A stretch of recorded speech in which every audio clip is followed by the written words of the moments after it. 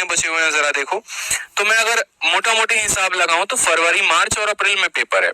यानी अगर मानो हमारे पास 90 दिन है तो इस 90 दिन में सिलेक्शन कैसे लिया जाए, सबसे महत्वपूर्ण बात।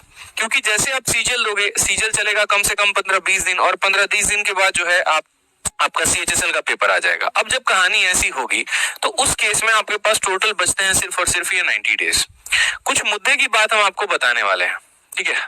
अब बात करते हैं अगर इस 90 दिनों में ना, तो ये 90 दिनों में अगर आप पूर्ण तरीके से अपने आप को एक योगी बनकर पूरा का पूरा, सिंपल 3 सफलता के मूल मंत्र होंगे। वो होगा पहला क्या, मैं अगर बताऊं तो सबसे पहले आप अपने सिलेबस को पूरा करो। ये बात आप अपने मन में डाल लो। सबसे बढ़िया बात जो आपको कोई नहीं बताएगा, आप एक अपना पन्ना लो, एक ऐसा पेपर लो, जो मैं हमेशा करता था, ठीक है, जो पर्सनली मेरा अपना प्लान होता था। मैंने यहाँ पर क्या किया कि मैंने यहाँ पर 90 डेज का प्लान लिख दिया, और ये 90 डेज के प्लान में मैंने क्या मेंशन कर दिया, ये 90 डेज के प्लान में मैंने पॉइंट नंबर 1 मेंशन कर दिया कि भाई मुझे मैथ में फलाना फलाना फलाना फलाना टॉपिक्स खत्म करने हैं। ये मेरे टॉपिक्स हो जाएंगे और यहाँ पर ये मेरी बुक लिस्ट हो जाएगी, ठीक है। और साथ में मैं उसको एक टाइम भी दे देता था कि एवरेज, ऑन एन एवरेज मुझे 5 दिन के अंदर, 10 दिन के अंदर मुझे एक चैप्टर को खत्म कर देना है। उसी तरीके से इंग्लिश में भी हम अपना टाइम लिस्ट बना लेते हैं कि इंग्लिश में मुझे जो है यहाँ पर ग्रामर हो गया, वोकैब हो गया, इस तरीके से मुझे सभी चीजों को खत्म करना है, ठीक है। ग्रामर में मुझे यहाँ पर ये 8 टॉपिक हैं, बस मुझे इन्हीं के ऊपर मेहनत करनी है। और वोकैबुलरी में सिर्फ एक बुक है, मानो नीतू सिंह हो गई तो नीतू सिंह हो गई, ऑनलाइन मेंटर हो गया तो ऑनलाइन मेंटर हो गया, जो भी हो गया मुझे यहाँ पर इनको खत्म करना है। जीएस में मेरे माइंड में हमेशा फिक्स होता था कि अगर मैं ऑब्जेक्टिव के सहारे रहूंगा तो एक दिन गंदा फंसने वाला हूं, ठीक है। तो मैं कभी ऑब्जेक्टिव का सहारा लेता ही नहीं था। हमेशा मेरे मन में ये होता था कि एक काम करो, सबसे पहले जीएस के लिए तुम सब्जेक्टिव पढ़ लो, सब्जेक्टिव एक बार गो थ्रू हो जाओ। कहां से हो जाओ, तो लूसेंट सबसे बढ़िया किताब है, वहां से हो जाओ। कोई और किताब है तो तुम वहां से हो जाओ सब्जेक्टिव, और उसके बाद वहां पर बैठ के तब ऑब्जेक्टिव लगा लो, यानी सब्जेक्टिव और ऑब्जेक्टिव। इसके अलावा कुछ छोटे छोटे पर्चे भी बना लेता था मैं। पर्चे जानते हो, वो पर्चे नहीं जो एग्जाम में चीट करने के लिए लिए जाते थे। पर्चे का मतलब ऐसे हो गया, जैसे फेमस दर्रे हो गए, फेमस पहाड़ हो गया, फेमस आपका पार्क हो गया, ठीक है, आपके बांध हो गए, ठीक है, भारत में पहला पुरुष हो गया, इस तरीके से कुछ स्लोगन्स हो गए, नारेज हो गए, इनके पर्चे बना लिए थे। कहीं कहीं से प्रिंट आउट निकलवा लिए थे जाके किसी किसी वेबसाइट से, जैसे ग्रेड अप हो गया, वहां पर सबसे ज्यादा दिया होता है। ये पर्चे बनाने के बाद, ठीक है, तब इनको प्रॉपर तरीके से रिवाइज करना। मतलब अगर मैं इस पे हमला कर रहा हूं ना, तो एक दिशा से नहीं, टोटल मिलाकर 3-4 दिशा से हमला होती थी मेरी, ठीक है। एक मेरा हो जाता था कि इसके मिसलेनियस पे अटैक करूंगा, दूसरा मेरा ये हो जाता था इसके ऑब्जेक्टिव पर अटैक मारना है, तीसरा मेरा ये हो जाता था यहाँ पर कि करंट अफेयर पर भी जोड़ देना है, ठीक है। इस तरीके से हमला होगा। फिर उसके बाद हम आते थे रीजनिंग पे। अब रीजनिंग में क्या होता है, एक बच्चा जो है वो जीवन में इस बात के मिथ पे जीता है, भाई का तो तेरा रीजनिंग कंप्लीट है, ठीक है, मेरा तो रीजनिंग बहुत अच्छा है, 50 में 50 तो आ ही जाएंगे। और यकीन मानो उस भाई को भी ये पिछले साल पता नहीं उसकी आंखें कब देखी होंगी, स्कोर 50/50 नहीं आता दोस्त। जिंदा आदमी इस उम्मीद में रहता है कि रीजनिंग अच्छा है और रीजनिंग में 50 में 50 आ जाएगा, बट नहीं आता है। क्यों नहीं आता है? क्योंकि देखो, अगर कोई चीज नहीं आती है ना, तो गुरूर नहीं करना है उस चीज का, ठीक है। घमंड नहीं करना है कि रीजनिंग आती है। हो सकता है कभी आप किसी दिन में उस घमंड के लपेटे में आ जाओ। उससे बढ़िया ये है कि आप उसको कॉन्स्टेंटली मेहनत करते रहो। करना दोस्त, एटीट्यूड जरूर दिखाना, गुरूर जरूर दिखाना, लेकिन जिस दिन हाथ में ज्वाइनिंग होगी उस दिन दिखाना, उस दिन शोभा भी देगा।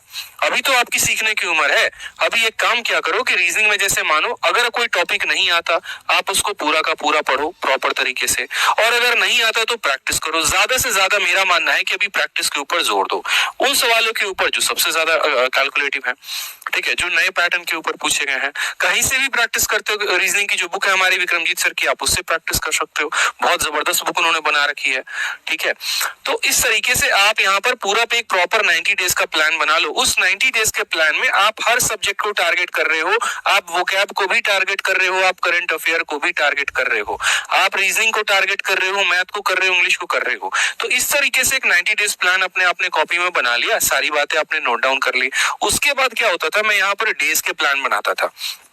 डेज में जैसे मानो 1 हो गया, 2 हो गया, 3 हो गया, 4 हो गया, इस तरीके से करके पूरे 90 दिन का प्लान बना लिया। जैसे जैसे मेरा दिन बीतता था ना, मैं उसको ऐसे काटना शुरू करूंगा। अरे यार, इतने दिन बीत गए, इतने दिन बीत गए, इतने दिन बीत गए। वो क्या होता है, एक साइकोलॉजिकल प्रेशर बनाता है माइंड के ऊपर, और हमें बार बार एक रिमाइंडर देते रहता है कि देखो इतने ही दिन बच गए हैं, अब नहीं पढ़ोगे तो कब पढ़ोगे, इतने ही दिन बच गए, अब नहीं पढ़ोगे तो कब पढ़ोगे। क्योंकि आज का समय ऐसा है ना, बेशक कोई कितना कह ले कि यार मैं अपने आप में बहुत महान हूं, या फिर एक तरीके से मुझे किसी की गाइडेंस की जरूरत नहीं है, बेशक आपको किसी की गाइडेंस की जरूरत नहीं है, मैं आपकी 100 बातें एग्री करता हूँ, लेकिन हाँ, आज के टाइम में आपको अपने आप पे ही प्रेशर डालने की बहुत जरूरत है। और वो जरूरत करता है आपका ये टाइमर, वो जरूरत करता है आपका ये शेड्यूल। जब आपके सामने लिखा हुआ होगा ना पन्ने के ऊपर इतनी चीजें पढ़नी है, तो दिमाग को लोड पड़ेगा भाई, आंखों से दिखेगा, अरे तेरे को तो इतना कवर करना है पेपर के पहले, और तू 4 टॉपिक किए बैठा है, तेरे पास तो सिर्फ 90 दिन है, 20 दिन निकल गए, बचे 70 दिन, अब नहीं करेगा तो कब करेगा। तो ये डेली का डेली एक प्रेशर क्रिएट करते रहेगा आपके ऊपर। उस प्रेशर में शायद हो सकता है थोड़ा बहुत आप पढ़ाई कर भी लो, ठीक है, हो सकता है उस प्रेशर में आप एक पल के लिए ये भी सोच लो, यार आज है ना 2 चीजें मेरे सामने हैं, या तो एक मैं बैठ के 3 घंटे की मूवी देख लूं या वेब सीरीज देख लूं, या फिर हो सकता है कि मैं 3 घंटे में एक टॉपिक कंप्लीट कर लूं। अगर टॉपिक कंप्लीट हो गया तो यहाँ से उसको कट मार देंगे, और मूवी कंप्लीट हो गया तो यहाँ पर उसको कट मारने का कोई भी जगह नहीं है। इस तरीके से आप अपने आप को ढालो, ये 90 दिन बहुत जरूरी है। समझ में आ रहा है? और ये 90 दिन में जिसने काम नहीं किया ना, तो इसीलिए मैंने कहा 3 पॉइंट है। पहला पॉइंट हो गया सिलेबस, दूसरा पॉइंट हो गया प्रॉपर स्ट्रैटेजी, ठीक है, और तीसरा हो गया प्रॉपर, एक बात को जान लो दोस्त, रिवीजन। रिवीजन का मतलब क्या हो गया कि जो आप सिलेबस को पढ़ रहे हो उसका रिवीजन करो और साथ में मॉक टेस्ट लगाओ, ठीक है। अभी तो आपकी उम्र मॉक टेस्ट लगाने की भी नहीं हुई है, और बच्चे क्या सोचते हैं, बच्चे सोचते हैं सिलेक्शन हो जाएगा, प्री में तो हम ही फोड़ेंगे और कोई नहीं फोड़ेगा। अरे यार, बाहर ऐसे ऐसे लोग बैठे हैं ना जो 400-400 500-500 प्री का मॉक लगा के बैठे हैं, और उनका अभी स्टार्टिंग स्कोर ही है ना मॉक में 150-160 होता है। आपका स्टार्टिंग स्कोर अभी 100-110 होगा। आप अभी कट ऑफ के लिए जद्दोजहद कर रहे होगे, वो कट ऑफ क्लियर करके बैठे हैं, उनको मेंस के लिए क्वालिफाई करना है, वो 190 के लिए बीट कर रहे हैं। तो 2 लोग हैं हमारे पास, एक वो जो 130-140 लाने के लिए मर रहा है, कट ऑफ क्लियर करने के लिए मर रहा है, दूसरा वो जिसके 130-140 तो अभी से ही बन रहे हैं, बस वो ये सोच रहा है कि किसी भी तरीके से 180 प्लस लेके आ जाऊं, मेंस में भी 180-190 लेके आ जाऊं और एक इंस्पेक्टर पोस्ट मिल जाए। यहीं पर 2 लोग हैं, दोनों की सोच अलग अलग है। तो आप खुद यहाँ से तय कर लीजिए